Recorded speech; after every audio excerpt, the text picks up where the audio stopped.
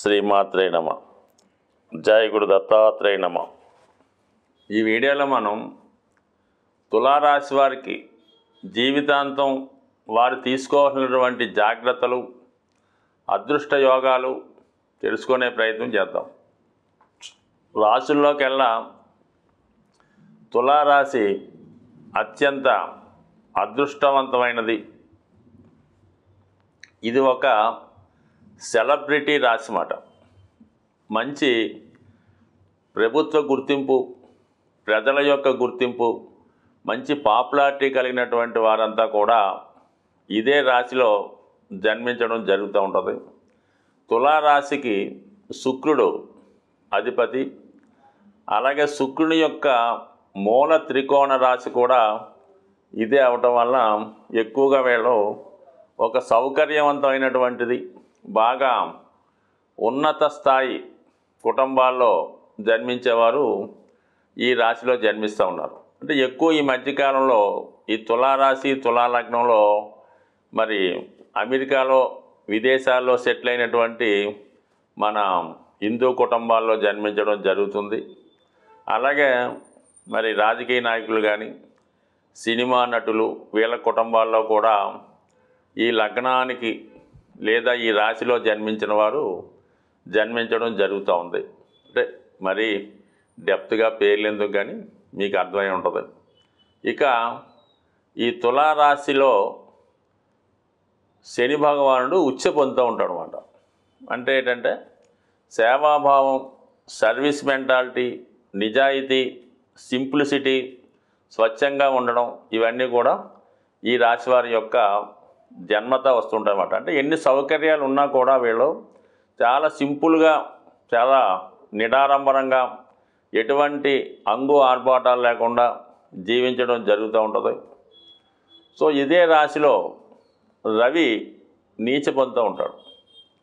అంటే ఇక్కడ పూర్వకాలంలో మరి రాజ్యాధికారం రాజులు పరిపాలిస్తూ ఉండేవారు అన్నమాట.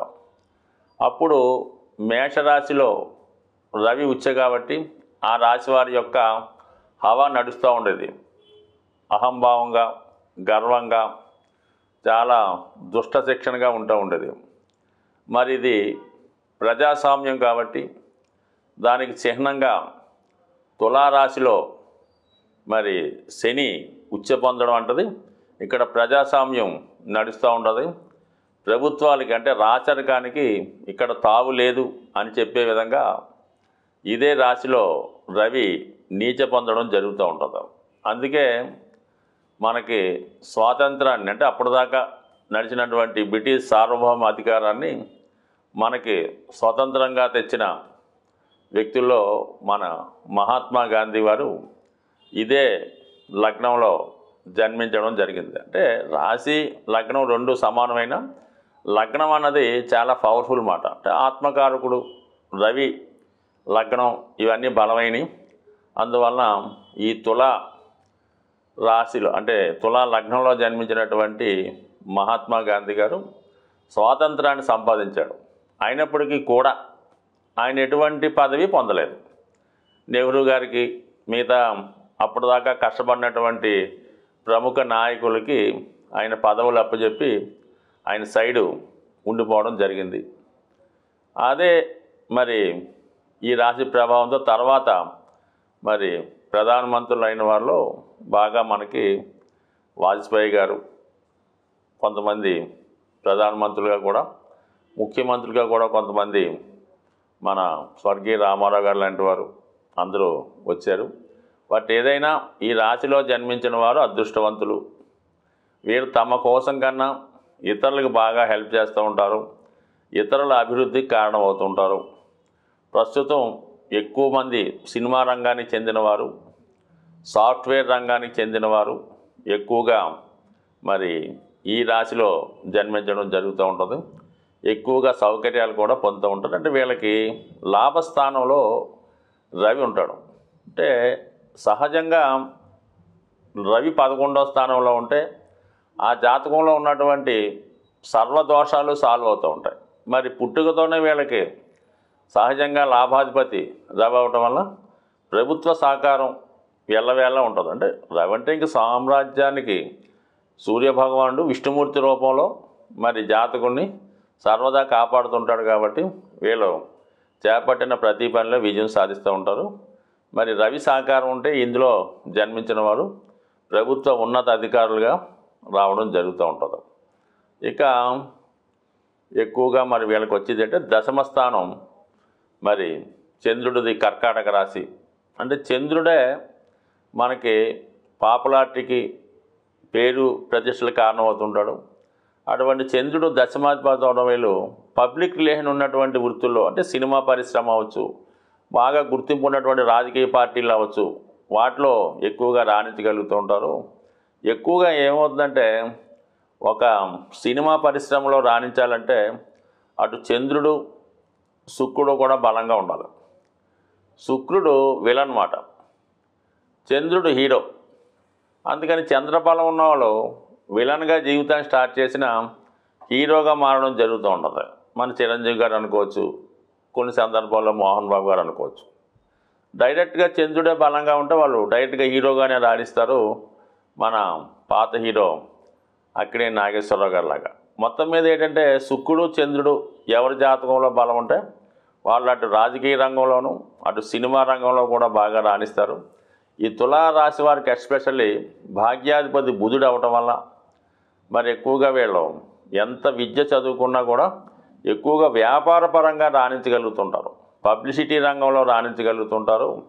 అలాగే భాగ్యాధిపతి వ్యయాధిపతి కూడా రావడం వల్ల వీరు సంపాదించిన ధనంలో ఎక్కువగా గుప్త దానాలు, మంచి కార్యక్రమాలకి, దేవాలయాల అభివృద్ధికి, ఎవరైనా విద్యా సంస్థలకి ఖర్చు పెడతా ఉంటారు. ఎక్కువగా తులారాశి వారే పెద్ద పెద్ద విద్యా సంస్థలు స్థాపించి విద్య నేర్పించడం, పెద్ద పెద్ద వైద్యశాలలు నేర్పించి ఉచితంగా కంటి వైద్యం చేయడం, ఇవన్నీ కూడా ఈ రాశి వారి యొక్క సేవాభావానికి నిదర్శనం. అంటే చిత్రం ఏంటంటే వీళ్ళు ఎంత ధనాన్ని డొనేషన్స్ రూపంలో మంచి కార్యక్రమాలకు ఉపయోగిస్తారో వారి యొక్క సంపద కూడా అంత విపరీతంగా రావడం జరుగుతూ ఉంటుంది. అయితే వీళ్ళు వ్యక్తిగతంగా మరి ఎవరితో కలిసి చేసినప్పుడు మాత్రం పెద్దగా కలిసి రాదు. ఒక వ్యాపారం కానీ ఒక సేవా సంస్థ కానీ ఏది చేసినా సింగిల్గా చేసుకుంటేనే మంచిది తప్ప ఒకరితో జాయింట్గా చేసినప్పుడు వారి యొక్క మనస్తత్వానికి వీరి మనస్తత్వానికి సరిపోకపోవడం వల్ల చాలా సందర్భాల్లో ఇబ్బంది పడుతూ ఉంటారు. అయితే వీళ్ళ జీవితంలో శుక్రుడు వీళ్ళ వివాహం తర్వాత యాక్టివేట్ అవ్వడం జరుగుతూ ఉంటుంది. అంటే చాలా సందర్భాల్లో ఈ తులారాశి తులాలగ్నంలో జన్మించిన వారికి ఆఫ్టర్ మ్యారేజ్ సక్సెస్ రావడం జరుగుతూ ఉంటుంది అన్నమాట. నేమ్ అండ్ ఫేమ్ కానీ, ధనం వృద్ధి చెందడం కానీ, పాపులారిటీ కానీ ఇవన్నీ కూడా ఆఫ్టర్ మ్యారేజ్ రావడం జరుగుతూ ఉంటుంది. అలాగే పిల్లల విషయంలో కూడా వీళ్ళ సంతానం పంచమం శని యొక్క మూల త్రికోణ రాశి అవ్వడం వల్ల ఇనీషియల్గా స్ట్రగుల్ పడినా దాని తర్వాత వీళ్ళకన్నా గొప్ప స్థాయికి రావడం జరుగుతుంది. కానీ వీళ్ళంత గొప్ప వాళ్ళు కాలేకపోతుంటారు అన్నమాట. అంటే ఎందుకంటే ఇదే రాశిలో శని ఉచ్చులో ఉంటాడు, పంచమం శని మూల త్రికోణ రాశి అవ్వడం వల్ల వీరి యొక్క సంతానం వీరంత గొప్పవారు కాలేకపోతుంటారు. కానీ కొంతవరకు పర్వాలేదు. అంటే మీకు ఉదాహరణగా చూసుకోవచ్చు. బట్ ఒకళ్ళు పేర్లు మీకు ఉదాహరణగా చెప్పి వాళ్ళని కొద్దిగా చిన్నబుచ్చడం ఉండదు, మనకు అంత ఇష్టం ఉండదు. కాబట్టి ప్రేక్షకులైనటువంటి వాళ్ళు అర్థం చేసుకుంటారు. స్వభావసిద్ధంగా జ్యోతిష పరిశీలన చేస్తున్న వారు కామన్గా తెలుసున్న వాళ్ళకి తెలుస్తూ ఉంటుంది ఈ విషయం. కాబట్టి జాగ్రత్తగా అబ్జర్వ్ చేసుకోండి. అంటే వాళ్ళు అభివృద్ధి చెందాలంటే వాళ్ళ మీద ఇంకా కృషి పెట్టాలి, వాళ్ళు ఇంకా కష్టపడాలి. తండ్రి తాతలు ఎంత కష్టపడ్డారో వారికన్నా మంచి కష్టపడితే వాళ్ళు స్వభావసిద్ధంగా వస్తారు. అంటే స్వభావసిద్ధంగా ఈ తులారాశి వారికి జన్మించిన సంతానం వీళ్ళకి బాగా ఉన్నత స్థితిలో ఉండగా జన్మిస్తారు. కాబట్టి అతి గారాభం వల్ల కానీ మరి డబ్బులు ఉన్నాయనే దీంతో కొంత గారాభంగా పెరగడం వల్ల కూడా ఈ స్థితి కొందరిలో రావడం జరుగుతుంటుంది. కొన్ని సందర్భాలు ఇది తారుమారు కూడా అవ్వచ్చు. సో ఏదైనా విధిలిఖితం, పూర్వపుణ్యం, గత జన్మలో చేసుకున్నటువంటి ఫలితాలు, వారి తల్లిదండ్రులు చేసుకున్నటువంటి పుణ్యాలు, ఇవన్నీ కూడా జాతకుడు జీవన విధానం మీద ఆధారపడుతుంటాయి. బట్ ఏదైనా తులారాశిలో చిత్తా నక్షత్రంలో జన్మించిన వారు మంచి టెక్నీషియన్స్గా రాణించగలుగుతూ ఉంటారు. అలాగే స్వాతి నక్షత్రంలో జన్మించిన వారు మంచి టెక్నాలజీ కలిగి ఉండి ఇప్పుడున్నటువంటి మోడర్న్ యుగంలో కాలానికి అనుగుణంగా ఉండే ప్రయత్నం చేస్తుంటారు. విశాఖ నక్షత్ర జాతకులు చాలా వరకు చిన్న చిన్న జీవితంలో స్ట్రగుల్ ఎదుర్కొన్నప్పుడు కూడా వారి యొక్క జ్ఞానం, విజ్ఞానం, తెలివితేటలతో జీవితంలో కంపల్సరిగా పైకి రావడం జరుగుతూ ఉంటుంది. బట్ ఏదైనా తులారాశి వారికి శని మహాదశ టర్నింగ్ తీసుకోవడం జరుగుతుంది. మరి చిత్తా వాళ్ళకి 4వ దశగా, స్వాతికి 3గా, విశాఖకి 2గా వస్తుంది. కాబట్టి ఏదైనా శని మహాదశ అయిపోయిన తర్వాత ఈ తులారాశిలో జన్మించిన వారికి భాగ్యోదయం జరుగుతుంది. బట్ శనిగ్రహ అనుగ్రహం కోసం ఈ రాశివారు నిడారంబరంగా ఉండడం, బ్లాక్ కలర్ వస్తువులు, బ్లాక్ కలర్ వాహనం వాడటం వల్ల, ప్రతిరోజు సూర్య నమస్కారం చేసుకోవడం వల్ల, ఆదివారం నియమంగా ఉండడం వల్ల, అలాగే మరి అలాగే వీళ్ళు జాతి నీలాన్ని ధరించడం వల్ల, సప్తమికి రుద్రాక్ష ధరించడం వల్ల జీవితంలో అదృష్టయోగం పొందే అవకాశం ఉంది. స్వస్తి.